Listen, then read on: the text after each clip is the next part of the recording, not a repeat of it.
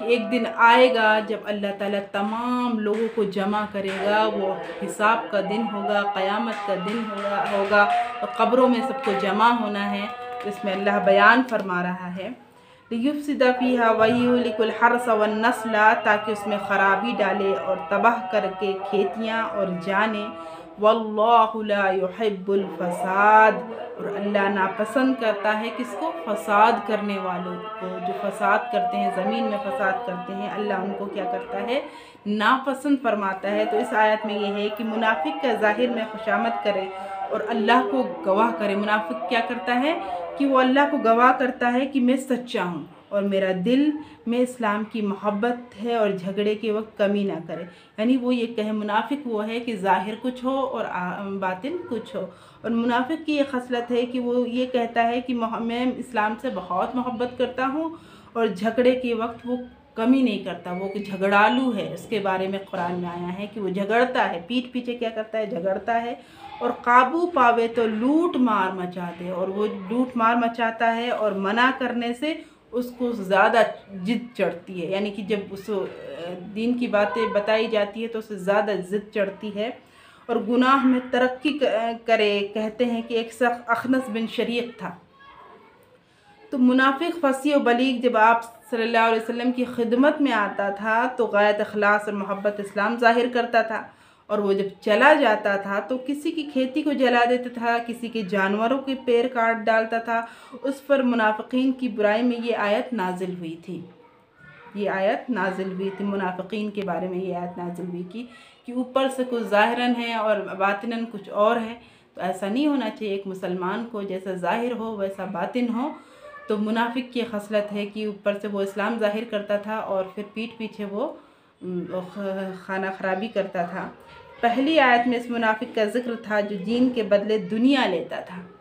دین کے بدلے وہ دنیا کو کیا کرتا تھا؟ خریدتا تھا۔ اس کے بارے میں ہے کہ اس لیے دین ہمارے لیے سب سے بڑی چیز ہے۔ ہم دین کے بدلے ہم دنیا نہیں خرید سکتے، کیونکہ دنیا جو ہے ختم ہو جانے والی ہے اور اس کی کوئی وقت نہیں ہے۔ اللہ تعالیٰ کے نزدیک جو ہے دنیا کی مثال مچھر کے پر کے برابر ہے، مکڑی کا جالا ہے، دنیا کی کوئی حیثیت نہیں ہے۔ لیکن دین جو ہے اصل ہے۔ ہماری پوری زندگی کا معیار دین پر ہونا چاہیے اور اسلامی اور شریعت کے مطابق ہونی چاہیے۔ میں سب سے اس میں مخلص کا اہل ایمان کا ذکر ہے، اور یہاں پر وَإِذَا قِيلَ لَهُ اتَّقِ اللَّهَ أَخَذَتْهُ الْعِزَّةُ بِالْإِثْمِ فَحَسْبُهُ جَهَنَّمُ، اور جب اس سے کہا جائے گا کہ اللہ سے ڈرتے رہو تو آمادہ کرے اس کو غرور۔ ان کے بارے میں ہے جو منافق ہیں، اوپر سے کچھ ہے اور ظاہراً کچھ ہے اور باطناً کچھ ہے، کہ ان سے جب اللہ سے ڈرنے کا حکم دیا جاتا ہے تو وہ کیا کہتے ہیں؟ ان کو غرور آمادہ کرتی ہے، یعنی کہ وہ اپنے گھمنڈ میں رہتے ہیں، وہ اپنے غرور میں رہتے ہیں، وہ تکبر کرتے ہیں۔ بالاسم فحسبہ جہنم، اور گناہ پر وہ گناہ پر جو ہے رہتے ہیں سو کافی ہے اس کو دوزخ۔ پھر اللہ تعالیٰ فرماتا ہے ان کے لیے جو ہے دوزخ جو ہے کافی ہے، وَلَبِئْسَ الْمِہَادُ، اور بے شک برا ٹھکانہ ہے۔ پھر اللہ فرماتا ہے کہ وہ دوزخ ایسی جگہ ہے کہ بہت برا ٹھکانہ ہے اور اس میں ہمیشہ رہنا ہے۔ تو اس لیے اللہ تعالیٰ سے ہم سب کو جو ہے منافقت سے بچنے والا اللہ تعالیٰ بنائے۔ ہمیشہ اللہ سے مانگنا چاہیے کہ اللہ ہمیں منافقت سے بچائے، کیونکہ ایسا ظاہراً بھی ہوتا ہے کہ ہم اوپر سے کچھ ہوتے ہیں دکھاوے کہ ہم بڑے نمازی ہوتے ہیں، بڑے دیندار ہوتے ہیں، لیکن اندر سے جو ہے ہمارے غرور ہوتا ہے، تکبر ہوتا ہے، انانیت ہوتا ہے کہ میں ہوں، میں کیوں کسی سے کچھ سیکھوں، میں کیوں کسی کے پاس جاؤں۔ تو یہ سب چیزیں اللہ کو پسند نہیں ہیں، غرور اللہ کو پسند نہیں ہے، انانیت اللہ کو پسند نہیں ہے۔ تو اسی لیے بتایا گیا کہ ہم جیسے اندر سے ہوں، جیسے باہر سے ہو ویسے اندر سے ہونا چاہیے، کہ منافقت ہمارے اندر نہیں ہونا چاہیے۔ ہمیں دین کو مضبوطی سے پکڑنا ہے اور شریعت کو مضبوطی سے پکڑنا ہے اور اپنی زندگی میں اس کو لانا ہے۔ تو حضرت صہیب رومی بارہ ہجرت آپ سب کی خدمت میں آتے تھے، رستے میں مشرکین نے ان کو گھیر لیا۔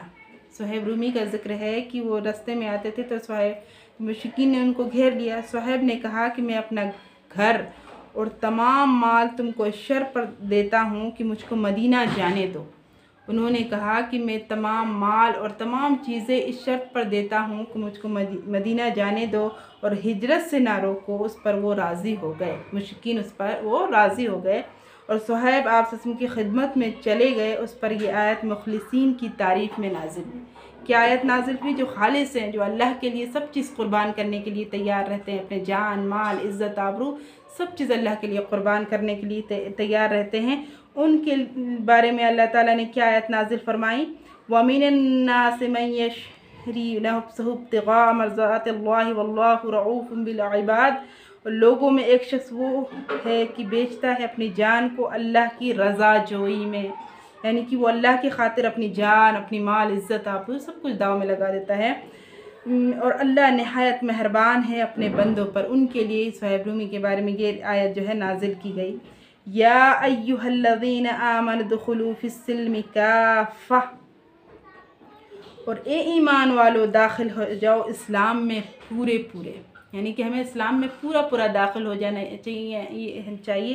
یہ نہیں کہ ہم جو چیز ہمیں اسلام میں اچھی لگی وہ چیز کو ہم نے اپنا لیا اور جو چیز اچھی نہیں لگی اس کو چھوڑ دیا، بلکہ ایمان والوں سے اللہ تعالیٰ مخاطب فرما کر کہہ رہا ہے کہ اے ایمان والے پورے کے پورے جو ہے اسلام میں داخل ہو جاؤ، جو جیسا حکم اللہ تعالیٰ نے شریعت کے مطابق ہر کام کرنا ہے، اپنے معاملات، اپنے معاشرات، عبادات، تعلقات، معاملات، ساری چیزوں کو شریعت کے مطابق سے دیکھنا ہے۔ وراثت کے معاملے میں، ہر چیز کے معاملے میں، والدین یعنی حقوق اللہ کے معاملے میں، حقوق العباد کے بارے میں، ہر معاملے میں ہمیں شریعت کو فالو کرنا ہے، شریعت کے مطابق اپنی زندگی گزارنا ہے، اور جن چیزوں سے اللہ تعالیٰ نے حکم دیا ان کو کرنا ہے، اسی میں اللہ تعالیٰ جو ہے کامیابی رکھی ہے۔ اسی لیے اللہ تعالیٰ فرماتا ہے کہ اے ایمان والوں کو پورے کے پورے ایمان میں داخل ہو جاؤ۔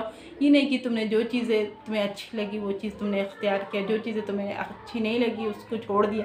ایسا ایک ایمان والا نہیں ہو سکتا، ایک مومن نہیں ہو سکتا، اور مومن وہ ہوتا ہے وہ اللہ کے لیے ہر چیز قربان کرنے کے لیے تیار ہوتا ہے کہ صرف اللہ کی محبت میں کہ ایمان مل جائے، ایمان ہمارا بگڑے نہ، اس کے لیے وہ ہر چیز، ہر قربانی، ہر چیز کرنے کے لیے تیار رہتا ہے۔ تو ایسا ہونا چاہیے ایمان والوں کو۔ اللہ تعالیٰ ہمیں کہنے سننے سے زیادہ جو ہے عمل کی توفیق بخشے، اور اس رمضان مبارک کو کی برکت ہمیں سمیٹنے کی توفیق عطا فرمائے۔ السلام علیکم ورحمۃ اللہ۔